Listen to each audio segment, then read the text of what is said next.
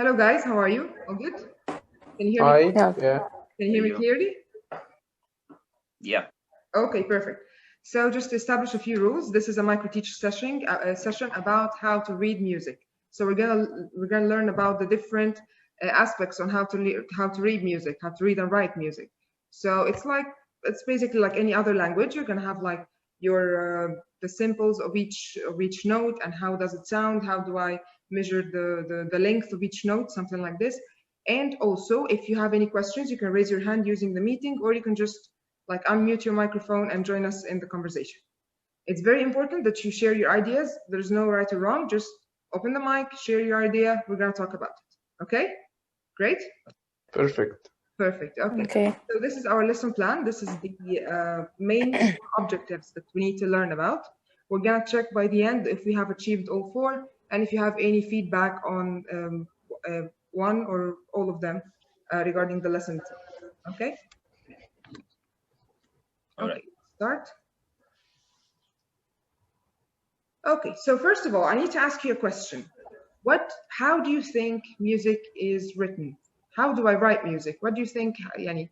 What kind of letters do I use to write music? I think we use simples. Okay, is it simples? And numbers? We use times. We have we have the duration and length for each note. So the length can be measured by numbers. So it's kind of math. It has like a mathematical side to it, but it's not an actual number. Okay. Okay, but we use simples. Okay, so have you seen before like a music piece? Have you seen the simples that we use to write music? Yes, I did. Yeah. Have you seen it, Ahmed or Arwa? Have you seen it? Yeah, sure. Okay. Is it like any other language that you have seen? Sure. Is it like other languages? For example, the letters we use to write English are the same as French, are the same as German. It's like with slight difference, but it's the same letters, the same shapes. Is it the same in music? Do you see the simples of music in other languages? No, they have. It's very unique. Yeah, exactly. The simples we see in music is very unique. Yeah. It's just for music. And because it's that unique, each and every one across the world can read the music. So you in Egypt can read it, someone in America can read it, someone in Portugal can read it. Doesn't matter where you come from or your background. It's an international language. If you learn how to read it, you can simply play it. You can perform it. The main idea of this language is to perform the language. You can perform it using your instrument or just by singing it. Okay, is that clear? Okay. Good. Yeah. Perfect. Okay, so let's start the video and then we're going to discuss each part of it. Okay. When we watch a film or a play, we know that the actors probably learned their lines from a script, which essentially tells them what to say and when to say it. A piece of written music operates on exactly the same principle. In a very basic sense, it tells a performer what to play and when to play it. Aesthetically speaking, there's a world of difference between, say, Beethoven and Justin Bieber, but both artists have used the same building blocks to create their music: notes. This is our first objective of the day. It's to learn about the musical stuff and how to put notes over the stuff itself. So, first of all, the musical stuff is like your canvas. It's the thing you draw on. You write your musical like creativity or whatever you think of musically. You can write it on the stuff. The stuff is the one that showed before in the video. It looks like this. Just a second. It's gonna come later in the video. But the main thing that I write on the stuff is the notes. The notes has its own shapes and its own duration. So each note has its own duration. So let's continue. Complicated. The logic behind musical notes is actually pretty straightforward. Let's take a look at the foundational elements to music notation and how they interact to create a work of art. Music is written on 5 parallel lines that go across the page. Those 5 lines are the stuff. Those are what I use to write music. So if you're writing, for example, something like if you're composing something in English or in Arabic or in any other language, you can just start writing. You don't need a line. If you're gonna write a line, you can just have one single line and write across it. You don't need lines. Here in music, it's essential to have 5 lines and 4 spaces in between. You can't just start writing music on a blank page. You just can't. Why? Who can say why? Why do I need those 5 lines? Because it determines the length of the note or the timing. It determines the other part of the note. Okay, in music we have 2 things. We have the time or the beat or rhythm, and we have the melody. The music itself, like the nice melody. The beat is just like knocking, but the melody is the sweet sound that comes with it. So the melody, actually, your answer is part right. We need the stuff, but for the melody. For example, if I tell you that a circle, just a simple circle, equals 4 beats, that's easy. If I write the circle on a blank page, if I write it on a line, if I write it anywhere, it's still gonna be worth 4 beats. But if I put this circle here on the second line, it's gonna be different than the same circle on perhaps the 3rd space. Here it's gonna be something. Here it's gonna be called another. So the note or the melody of the note has changed because I changed the location of the shape itself. Okay. So to sum up, we need the stuff to determine the melody of each note. Each note, I need to determine the melody and the length. The length, it comes with the shape, but the melody, it comes where do I put this note stuff? Clear? Great. Yeah. Perfect. Okay, so let's continue. These 5 lines are called a staff, and a staff operates on 2 axes, up and down and left to right. The up and down axis tells the performer the pitch of the... Here, he's talking about the pitch. Who can tell me the meaning of this word? In easy terms, perhaps. Arwa? Yeah, I can't put it in a word. Okay. Like high note or low note. Okay, let me help you. So let's say I sing this part.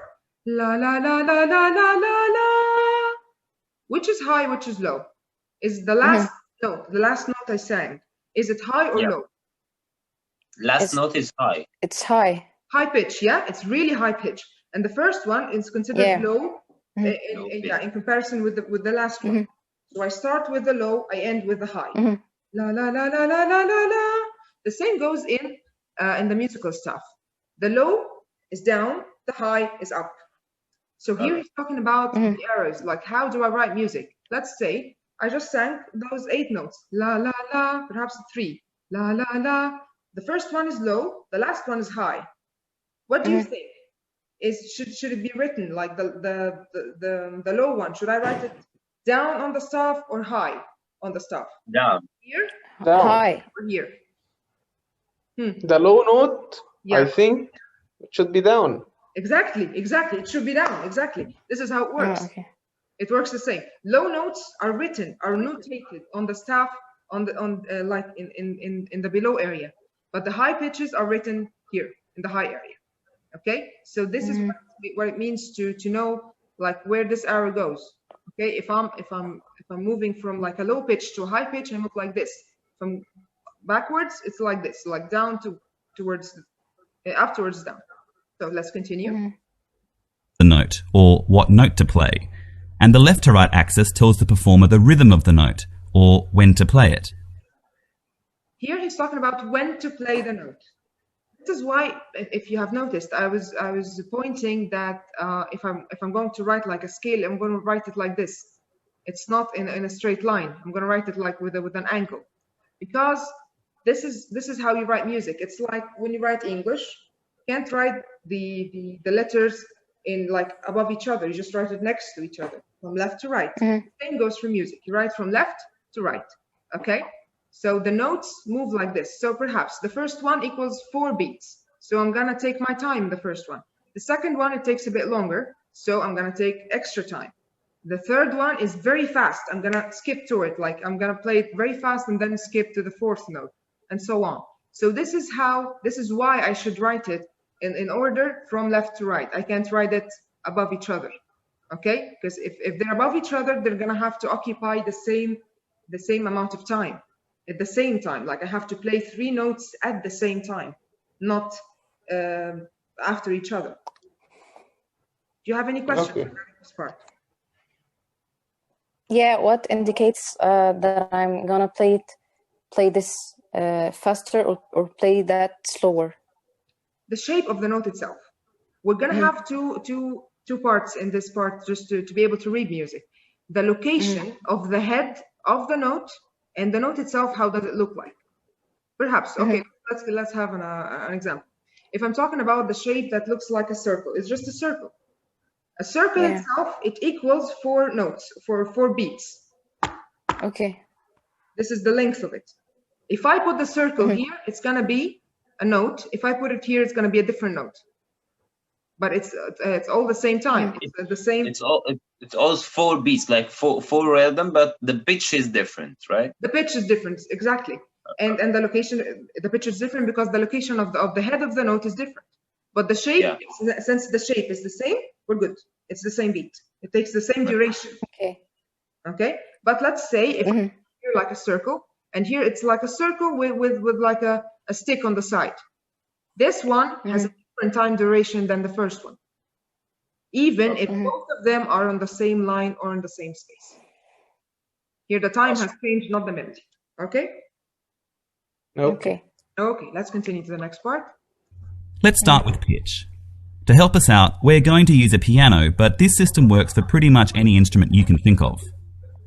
In the Western music tradition, pitches are named after the first 7 letters of the alphabet: A, B, C, D, E, F, and G. After that, the cycle repeats itself: A, B, C, D, E, F, G, A, B, C, D, E, F, G, and so on. But how do these pitches get their names? Well, for example, if you played an F and then played another F higher or lower on the piano, you'd notice that they sound pretty similar compared to, say, a B. Going back to the staff, every line and every space between... Okay, let's stop here for a second.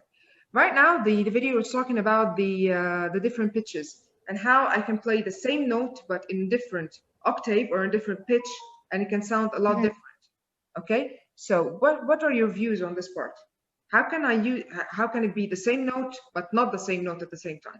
What do you think? Because we moved to another octave, so it's gonna be another pitch. I'm sorry? How did I move to another octave? Do I have to across some steps to reach the other F? If I start with an F, I have to reach to skip how many notes to reach to the other F? Gonna have to count, yeah? Yeah. So it's a whole octave.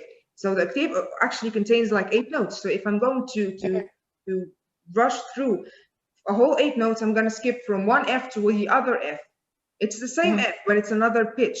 So the whole 8 notes that I'm talking about can be moved to another pitch and another pitch and another pitch. It could be a higher pitch or a lower pitch. And that's we can easily see this through singing like a single scale.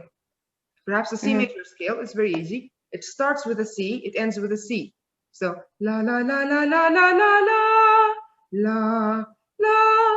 One is low, one is high. Okay? And now here's talking about how the pitch, how can we see the pitch on the staff itself and on the piano? Okay. Yeah. Okay, so I have a question for you guys. If I want to play a low pitch on the piano, would it be on the left or on the right of the piano? What do you left. The left. Right. The left. I think the right. The low pitch is in the right. The low pitch is in the left. Okay, so let's play this part again just to make sure you guys all understand. Let's hear this part. Get their names. Well, for example, if you played an F and then played another F higher or lower on... Ahmed, you heard this one and this one. Which one is high, which one is low? The last one is low. Here again, please. The last one, you're talking about this one. This one is low? I'm not sure. The last one I heard, it was low. Okay, we can check again. For example, if you played an F and then played another F higher or lower... Those are the notes that were played. Yeah? Okay. Yeah. It's clear now. So which one is high, which one is low? This one is what? this one is high. Very high, yeah. It's towards the right, and the other one is Yeah. towards the left. Slow. Yes. Yes. Exactly. So Yeah. this is the right order where I play music on the piano. So this is left side is low pitch. As I move towards the right side, I move to a higher pitch. Okay, perfect. So let's move to this part. This part is actually the part on how I can read the melody of each note on the staff. So here I have names for each line and each space. If I memorize those names, I can read music. It's as simple as that. Okay. So I can read it from down towards up. So it's E, G, B, D, F, and F, A, C, E. Face. This one's like face. It's easier to memorize. And this one, I don't have a word for it. You just have to memorize it the way it is. Okay? So if I memorize these, I can read each and every note. Okay, guys? Let's give it a try. For example, the second line is G. The first space is F. Let's try to read it. This one. G. G. Why do you say this one is G, Siraj? It's touching this space and that space. Why do you call it a G? Because the line is crossing the center of the circle. Exactly, perfect. This is exactly why. When I'm looking for the note itself or the melody of the note, I'm looking at the center of the note. If the center has a line in it, this note is on a line. If the center crosses the space, then it's on a space. I don't care if it's touching the other spaces or the other lines. What I care about is what crosses the melody itself. Okay? Yeah. This one is called a G. Exactly. So, okay, Arwa, I have a question for you. If I draw the same note and the same shape, but on this space, will it be different? Yeah, of course, it's gonna be an F. It's gonna be an F. What's the difference between a G and F? What's that? Is that rhythm or beat? Is it like duration of a note, or what is it called? Pitch. Pitch, exactly, or melody. I'm talking about the pitch or the melody of the note itself. I'm not talking about the duration. And of course, if I'm writing the same shape, it means it equals the same duration of time. Yeah. If it's the same shape, it's the same duration. That goes without saying. But the location of it determines which note it is. Okay, let's continue. Spaces, we're telling a performer to play that pitch. The higher up on the staff a note is placed, the higher the pitch. But there are obviously many, many more pitches than the 9 that these lines and spaces give us. A grand piano, for example, can play 88 separate notes. So how do we condense 88 notes onto a single staff? Here we're going to talk about the extra space that we need. Okay, so if we're talking about writing a musical piece, let's see. I have 5 lines and 4 spaces in between. So those are the total of 9. Do I only have 9 notes on any instrument? What do you think? I'm sorry. Can you please say the question again? Yeah, sure. Right now we were talking about the staff, yeah, the one that I write music on. So the staff, it gives me space to write only on 5 lines and 4 spaces in between. So those are the total of 9. So I have 9 areas to write on. 5 lines plus 4 spaces. So those are 9. Okay, for example, it says here in the video that the piano itself has like more than 88 notes, or like about 88 notes. So how can I do this? On another instrument, you mean? Yeah, like any instrument. Mostly instruments have more than like 40 or 50 like different melodies or different pitches. How can I write this on a staff that only gives me space for 9 melodies? What do you think? What if I need more space?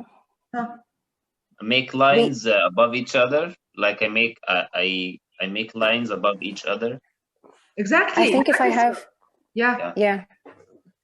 Arwa? I was gonna say a similar thing to this. Okay, perfect. I have to add some. Okay, so the staff is only 5 lines and 4 spaces. I can add some. I can add like couple of lines up there, a couple of lines down there. That will give me perhaps a length of like 4 or 5 extra notes on top or downward. How can I add more? Can I just keep drawing lines? What do you... I add some more pages. Okay. We can. I believe we can. If I have to write like a note, so I'm gonna make just a very short line. Yeah. And I'm gonna draw this note on it. On the line itself. On the line, yeah. Okay. Or if it's, yeah. Okay. So now I'm gonna ask you a question. I don't need you to answer. Just think about it. Can I draw infinite count of lines above or below the staff? Let's see. We use something called a clef. A clef is a weird-looking figure placed at the very beginning of the staff, and it acts like a reference point telling you that a particular line or space corresponds to a specific note on your instrument. If we want to play notes that aren't on the staff, we kind of cheat and draw extra little lines called ledger lines and place the notes on them. If we have to draw so many ledger lines that it gets confusing, then we need to change to a different clef. Okay. In this part, guys, it's explaining the concept of clefs. Okay. The clef here is like, how can I put it? It's like a Da Vinci Code or something like this. It unlocks the clefs itself. So, for example, I'm just writing 5 lines and 4 spaces. It doesn't mean anything.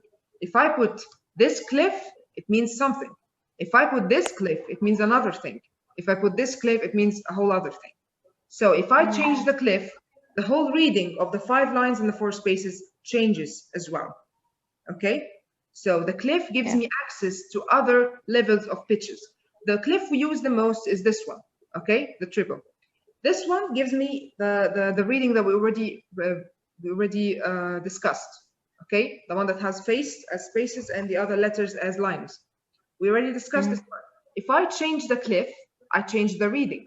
So, for example, if I am using this one, the first clef, I can access those notes. Okay? If I'm using the next clef, which is bass, this one will give me access to those notes.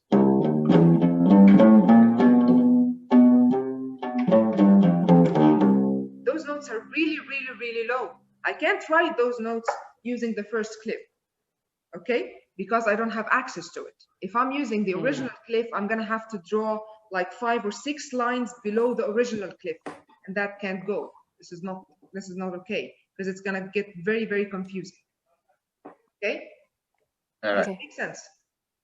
Yeah. Yeah. But what about the last one, the last clef? The last clef is actually lower. It goes lower, but this is actually an ode. An ode has like an appropriate amount of pitches. It's not very low. It's not very high. It's like in the middle.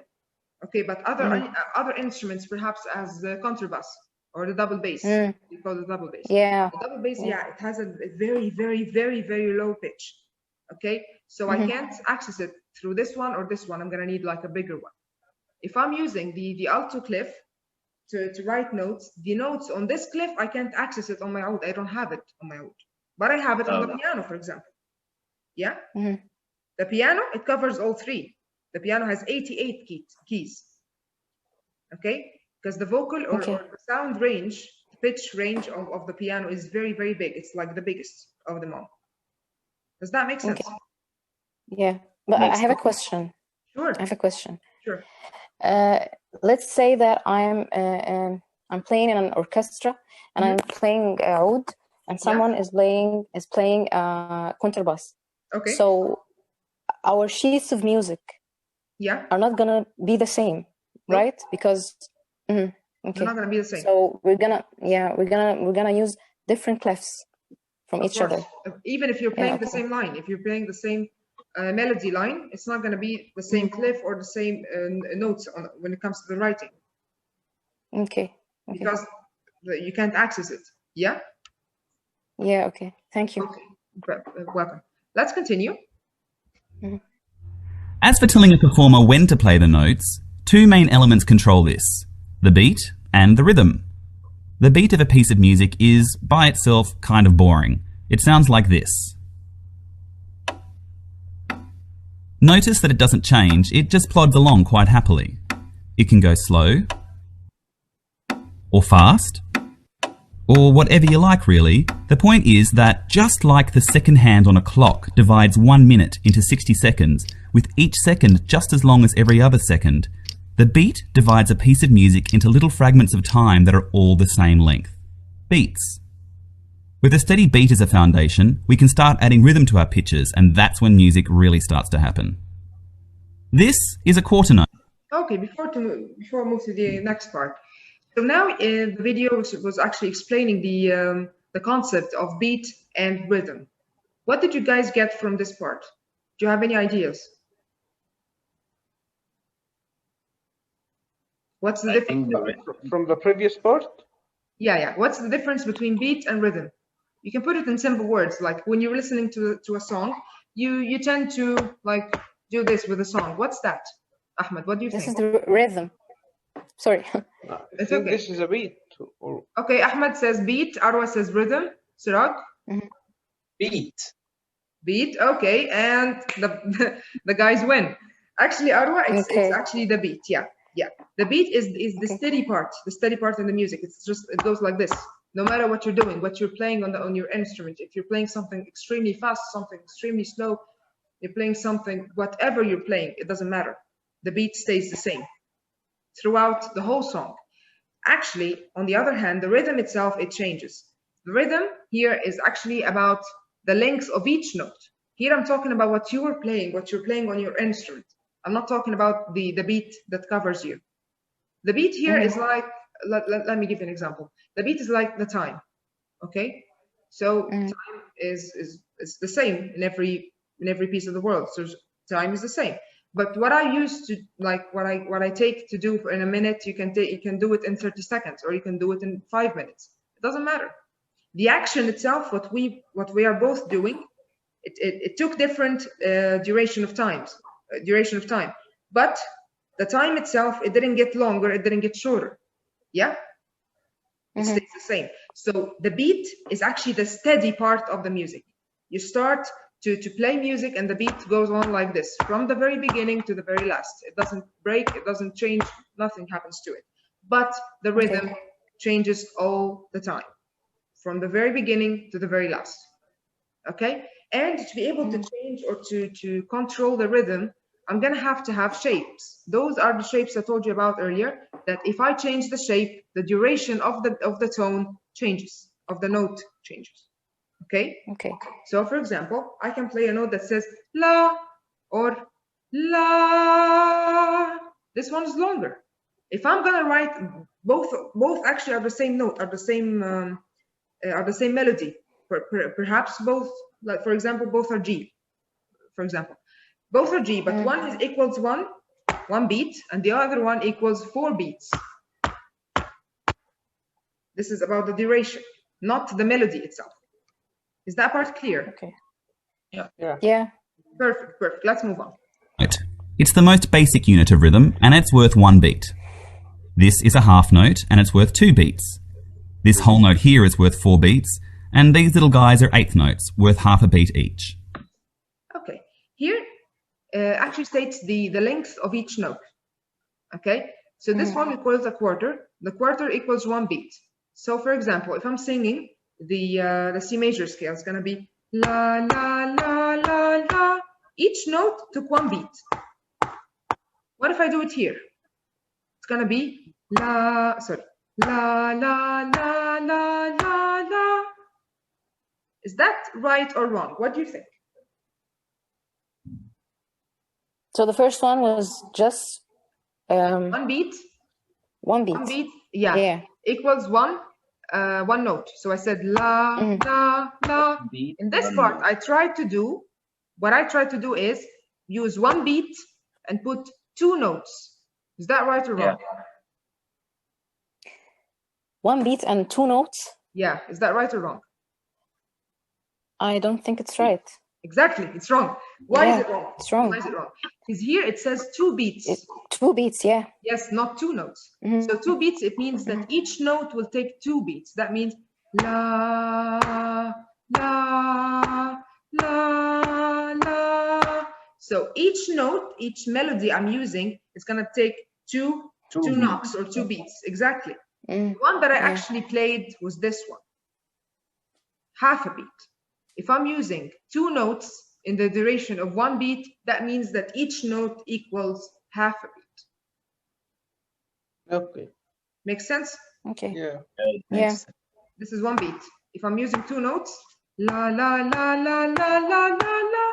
So each note equals a half. Okay. I have a question for Ahmed, okay? Listen to this. La la la la la la la la. What's the duration of each note? What do you think? I used 1 beat and I put 4 notes in it. La la la la la la la la. Okay, so this is half. Okay, so 1 beat, I put 4 notes in it. So each note? 1 beat. So each note is like a quarter. Exactly. Each note is a quarter. So this is actually, it's not written here. This is the one below this one. This one is half a beat. The other one is quarter beat. Okay. So this way I fit 4 notes in 1 beat. So each one is a quarter. If I fit 2 notes in 1 beat, each one is a half. If I fit 1 note in 1 beat, they're equal. If I fit 1 note in 2 beats, they're the double. And here it's double the double. It equals 4. This one is very, very long. It takes a lot of time. So usually you're not going to see it like very often in any song or any music piece because it takes a long time. Okay. So is this part clear? Do you have any questions regarding this part? Okay. No, we're good. All clear? Sarak, all clear? No. Yes. Perfect. Let's continue. Let's continue. Great, you say. What does that mean? You might have noticed that across the length of a staff, there are little lines dividing it into small sections. These are bar lines, and we refer to each section as a bar. At the beginning of a piece of music, just after the clef, is something called the time signature, which tells the performer how many beats are in each bar. This says there are 2 beats in each bar, this says there are 3, this one 4, and so on. The bottom number tells us what kind of note is to be used as the basic unit for the beat. 1 corresponds to a whole note, 2 to a half note, 4 to a quarter note, an eighth to an eighth note, and so on. So this time signature here tells us that there are 4 quarter notes in each bar. 1, 2, 3, 4, 1, 2, 3, 4, and so on. Okay, so we all have heard this song before. Yeah? You see how I have to Yeah, write of it? course. You see how to write it on a musical stuff? Okay, let's continue. So on. Like I said before, if we just stick to the beat, it gets kind of boring. So we'll replace some quarter notes with different rhythms. Notice that even though the number of notes in each bar has changed, the total number of beats in each bar hasn't. So, what does our musical creation sound like? Sounds okay, but maybe a bit thin, right? Let's add another instrument with its own pitch and rhythm. Now it's sounding like music. Sure, it takes some practice to get used to reading it quickly and playing what we see on our instrument, but with a bit of time and patience, you could be the next Beethoven. Or Justin Bieber. Okay, so now let's just recap. What do you guys think of this so far? Well, this is my first time to know how to read music actually. Okay, So perfect. it was good, yeah. What do you think of it so far? Is it easy?